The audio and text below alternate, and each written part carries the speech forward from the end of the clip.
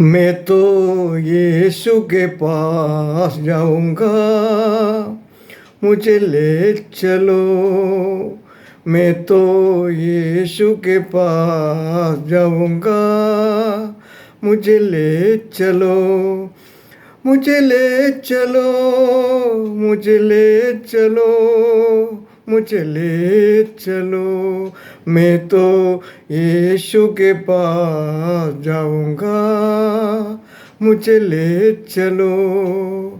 मुझे ले चलो, मुझे ले चलो, मुझे ले चलो।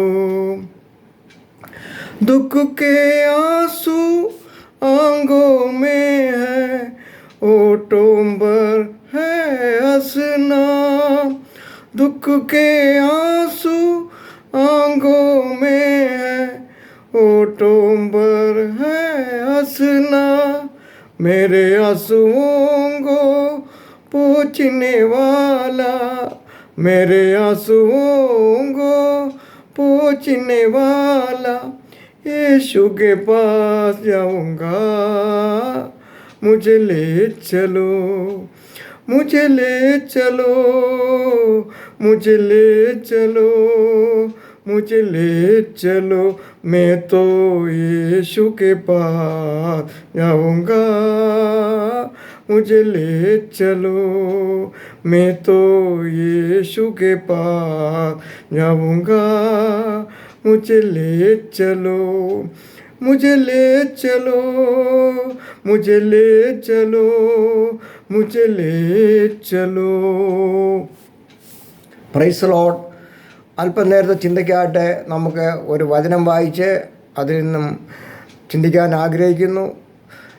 കേൾക്കുന്നവർ ദൈവസന്നിധിയിൽ പ്രാർത്ഥനയോടെ ആയിരിക്കുക. നമുക്ക് വചനം നമ്മുടെ ജീവിതത്തിൽ അത് പ്രവർത്തിപ്പാൻ തക്കവണ്ണം, ദൈവം നമ്മോട് സംസാരിപ്പാൻ തക്കവണ്ണം ഇടയാക്കുവാൻ പ്രാർത്ഥിക്കുന്നു. ദൈവത്തിൻ്റെ കരങ്ങളിലേക്ക് സമർപ്പിക്കുന്നു. അതിനായി ലൂക്കോസിൻ എഴുതിയ സുവിശേഷം 15-ാം അധ്യായം 11 തൊട്ട് 12 വരെ. ലൂക്ക് ചാപ്റ്റർ 15 വേഴ്സസ് 11 to 12 വായിക്കുന്നു. പിന്നെ അവൻ പറഞ്ഞത്, ഒരു മനുഷ്യന് 2 പുത്രന്മാരുണ്ടായിരുന്നു. അവരിൽ ഇളയവൻ അപ്പനോട്, അപ്പാ, വസ്തുവിൽ എനിക്ക് വരേണ്ടുന്ന പങ്ക് തരണമേ എന്ന് പറഞ്ഞു. അവൻ അവർക്ക് മുതൽ പകുത്തു കൊടുത്തു. ഇവിടെ ഒരപ്പൻ മകൻ ചോദിച്ചതനുസരിച്ച് അപ്പൻ്റെ വസ്തു 2 മക്കൾക്കും കൂടെ പങ്കുവെച്ചു കൊടുക്കുകയാണ്. സ്വന്തം മകനാണല്ലോ ചോദിച്ചത്. ആ സ്നേഹവാനായ അപ്പൻ മറ്റൊന്നും ചിന്തിച്ചില്ല. അപ്പനുണ്ടാക്കിയ വസ്തുവകൾ മക്കൾക്കുള്ളതാണല്ലോ. തൻ്റെ മകൻ അല്പം നേരത്തെ ചോദിച്ചെന്നേ ഉള്ളൂ. അവൻ എന്തെങ്കിലും നല്ല കാര്യത്തിന് ചോദിച്ചതായി ഇരിക്കുമെന്ന് അപ്പൻ കരുതിക്കാണ്. എന്നാൽ ഈ മകൻ അപ്പൻ്റെ സ്നേഹത്തിന് പകരം എന്താണ് അപ്പന് പകരം കൊടുത്തത്? അവൻ ചെയ്ത പ്രവൃത്തി വസ്തുവകൾ എല്ലാം വിറ്റ് പണം സ്വരൂപിച്ച് ദൂരദേശത്തേക്ക് യാത്രയായി. അവിടെ ചെന്ന് ദുർനടപ്പുകാരനായി ജീവിച്ച് അപ്പൻ്റെ മുതൽ പകുതി അവന് കൊടുത്തത് മുഴുവൻ നശിപ്പിച്ചു. അതിൻ്റെ 14-ാം വാക്യത്തിൽ ഇങ്ങനെ വായിക്കുന്നു, എല്ലാം ചിലവഴിച്ച ശേഷം ആ ദേശത്തെ കഠിന ക്ഷാമമുണ്ടായിട്ട് അവന് മുട്ടുവന്ന് തുടങ്ങി. അവനൊരു ജോലി അന്വേഷിച്ച് പലരെയും സമീപിച്ചു. ആ ദേശത്തിലെ ഒരു പൗരൻ തൻ്റെ വയലിൽ പന്നികളെ മേയ്ക്കാൻ അയച്ചു. അവന് വയറ് നിറച്ച് ആഹാരം കിട്ടിയില്ല. പന്നിക്ക് കൊടുക്കുന്ന ആഹാരം കഴിച്ച് അവൻ വയറ് നിറയ്ക്കേണ്ടി വന്നു. അതുപോലും അവസാനം ആരും അവന് കൊടുത്തില്ല. അപ്പോൾ അവനെ സുബോധം വന്നു എന്നെഴുതിയിരിക്കുന്നു. അപ്പൻ അവനെ ഒന്നും പറഞ്ഞില്ല. അപ്പൻ്റെ മനസ്സ് വളരെ വേദനിച്ച് കാണും അവൻ്റെ ഈ പ്രവൃത്തി കാണും. അപ്പൻ ദൈവത്തോട് നിലവിളിച്ചു. അപ്പൻ്റെ ഞരക്കം ദൈവസന്നിധിയിൽ എത്തിയെന്ന് പറയാം. അപ്പൻ സ്വന്തം മകനെ ശപിച്ചിട്ടില്ല.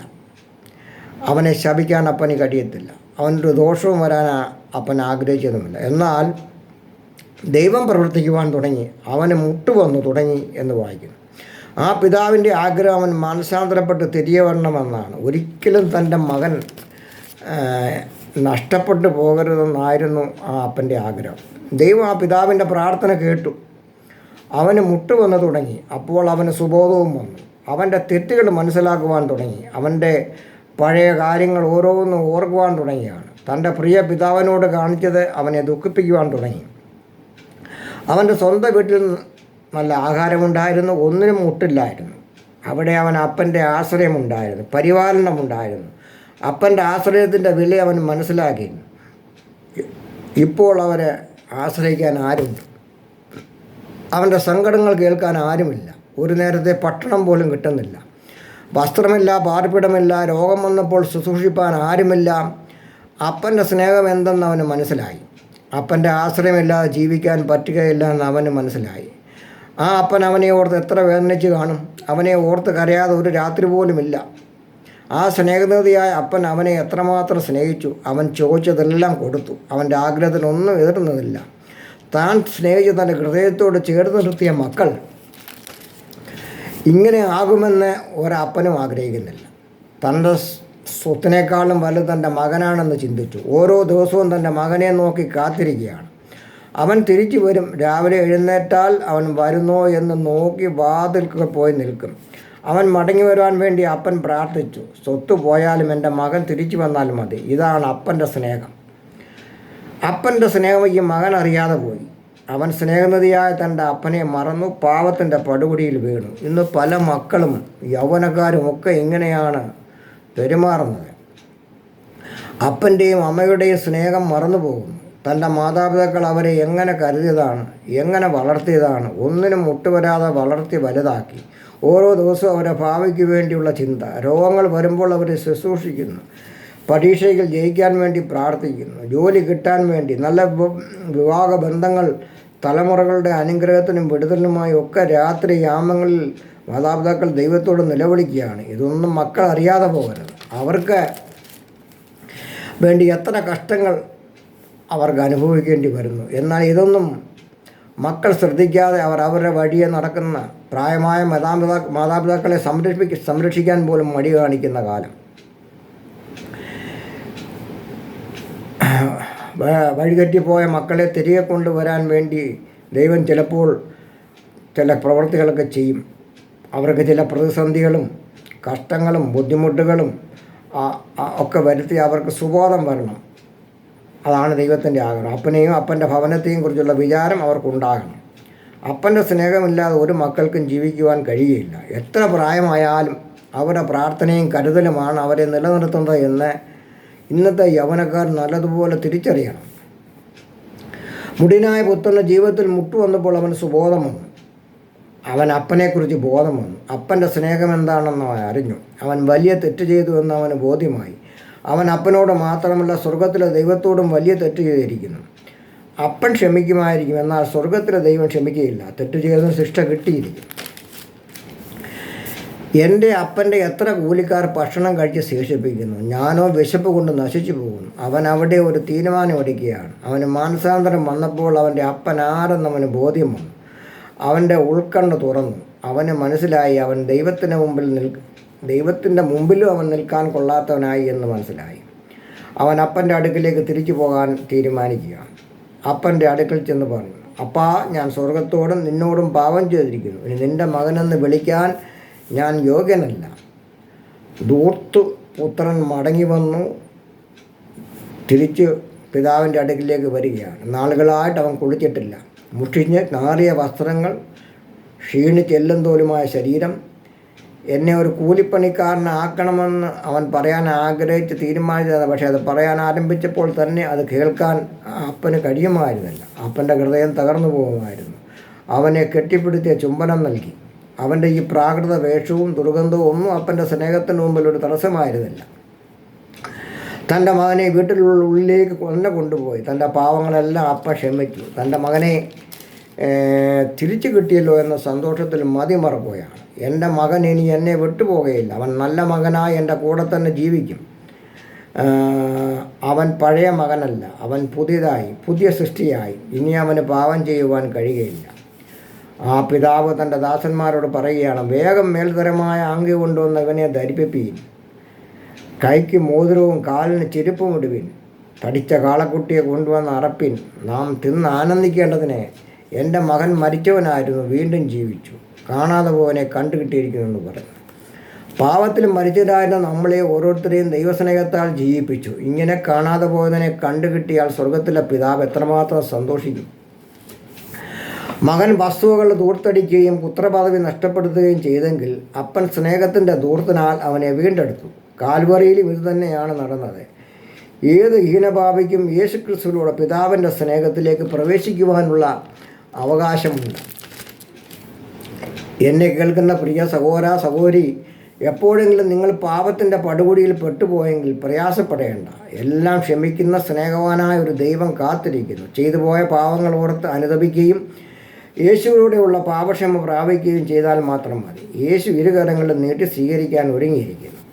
അവൻ്റെ സഹോദരൻ വീട്ടിൽ വന്നപ്പോൾ അവിടുത്തെ രംഗം കണ്ട് അമ്പരന്ന് പോയി. അല്പനേരത്തേക്ക് അവൻ വീട്ടിൽ നിന്ന് പോയപ്പോൾ അവൻ അറിയാതെ അവിടെ എന്തൊക്കെയൊക്കെ നടന്നു. എന്നാൽ ബാല്യക്കാരൻ ചോദിച്ചപ്പോൾ പറഞ്ഞു, നിന്റെ സഹോദരൻ വന്നു, അപ്പനവനെ സൗഖ്യത്തോടെ തിരിച്ചു കിട്ടിയതുകൊണ്ട് ഈ ഭവനം കാളക്കുട്ടിയെ അറുത്ത് സന്തോഷിക്കുകയാണ്.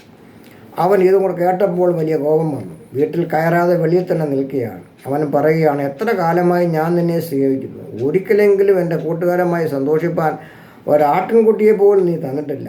എല്ലാം നശിപ്പിച്ച് കളഞ്ഞ ദൂർത്തടിച്ച് വേശ്യമാരോട് ജീവിച്ച ഈ മകൻ വന്നപ്പോൾ വലിയ സന്തോഷം പങ്കിടുന്നു. എന്നാൽ ആ സ്നേഹനദിയായ അപ്പൻ പറയുന്ന വാക്കുകൾ ശ്രദ്ധിക്കുക. അവനോട്, മകനെ, നീ എപ്പോഴും എന്നോടുകൂടെ ഇരിക്കുന്നുവല്ലോ, എനിക്കുള്ളതെല്ലാം നിൻ്റേതാകുന്നു. നിൻ്റെ സഹോദരൻ മരിച്ചവനായിരുന്നു, വീണ്ടും ജീവിച്ചു, കാണാതെ പോവനെ കണ്ടുകിട്ടിയിരിക്കുന്നു. ആകയാൽ ആനന്ദിച്ച് സന്തോഷിക്കേണ്ടത് ആവശ്യമായിരിക്കുന്നുവെന്ന് പറഞ്ഞു. ഈ രണ്ടു മക്കളെയും താരതമ്യപ്പെടുത്തി നോക്കിയാൽ ഒരു മകൻ അപ്പനെ സേവിക്കുന്നു, അപ്പൻ പറയുന്നതെല്ലാം കേൾക്കുന്നു, സ്വന്തം കാര്യങ്ങളെല്ലാം നോക്കി വലിയ കാര്യസ്ഥനായി ഭവനത്തിൽ ജീവിക്കുന്നു. അവൻ്റെ കണ്ണെപ്പോഴും വസ്തുവകളിലായിരുന്നു. അത് വിട്ട് അവനൊരു എങ്ങും പോകുവാൻ അവന് പറ്റുകയില്ല. അപ്പനെയോ സഹോദരനെയോ ആത്മാർത്ഥമായി സ്നേഹിക്കാൻ അവന് കഴിയില്ല. സ്വന്തം സഹോദരനേക്കാൾ അവന് വസ്തുവകളിലാണ് സ്നേഹം. എന്നാൽ രണ്ടാമത്തെ മകൻ അപ്പൻ്റെ സ്നേഹം യഥാർത്ഥമായി മനസ്സിലാക്കുവാൻ കഴിഞ്ഞു. സ്വത്തിനേക്കാൾ വലുത് അപ്പനാണെന്ന് അവൻ ജീവിതത്തിൽ അനുഭവത്തിലൂടെ മനസ്സിലാക്കി. അവൻ ലോകസ്നേഹം എന്തെന്നും ദൈവസ്നേഹം എന്തെന്നും മനസ്സിലാക്കി. അവൻ്റെ അപ്പനെയും സഹോദരനെയും ദൈവത്തെയും അവൻ സ്നേഹിക്കാൻ തുടങ്ങി. ഒരു പാപിയെ ചൊല്ലി സ്വർഗത്തിൽ അധിക സന്തോഷമുണ്ടാകും. മനുഷ്യൻ്റെ മാനസാന്തരമാണ് ദൈവം ആഗ്രഹിക്കുന്നത്. അങ്ങനെ മാനസാന്തരപ്പെട്ടിട്ട് നമ്മുടെ രക്ഷകൻ യേശു എന്ന് മനസ്സിലാക്കി യേശുവിനെ രക്ഷകനായി സ്വീകരിക്കുക, വീണ്ടും ജനനം പ്രാപിക്കുക. ഒരുവൻ ക്രിസ്തുവിലായാൽ പുതിയ സൃഷ്ടിയായി, പഴയതെല്ലാം കഴിഞ്ഞുപോയി. അങ്ങനെ ദൈവത്തിന് നിന്നെ ശുദ്ധമാക്കുവാൻ കഴിയും. അപ്പൻ്റെ ഭവനത്തിലേക്ക് തിരിച്ചു വരിക. ദൈവത്തിൽ നിന്ന് പിന്മാറിപ്പോയിട്ടുണ്ടെങ്കിൽ മടങ്ങി വരട്ടെ. ദൈവം നിന്നെ വിളിക്കുന്നു. സ്വർഗീയ പിതാവിൻ്റെ സ്നേഹം അറിയുവാൻ, അതൊന്ന് അനുഭവിക്കുവാൻ സാധിക്കട്ടെ. നീ ഇന്ന് ഏതെങ്കിലും വിഷയത്തിൽ ദൈവത്തിൽ നിന്ന് അന്യപ്പെട്ടു പോയെങ്കിൽ ശക്തിയോടെ മടങ്ങി വരിക. ദൈവം അതിനായി കാത്തിരിക്കുകയാണ്. അങ്ങനെ സ്വർഗീയ പിതാവിൻ്റെ സ്നേഹവും രക്ഷയും ആശ്രയവും പ്രാപിക്കുവാൻ ശ്രമിക്കുക. ഈ വചനങ്ങളാൽ ദൈവം നമ്മളെ ഓരോരുത്തരെയും അനുഗ്രഹിക്കട്ടെ എന്ന് പ്രാർത്ഥിച്ചു നിർത്തുന്നു. ആമേൻ. Praise the Lord. Praise the Lord.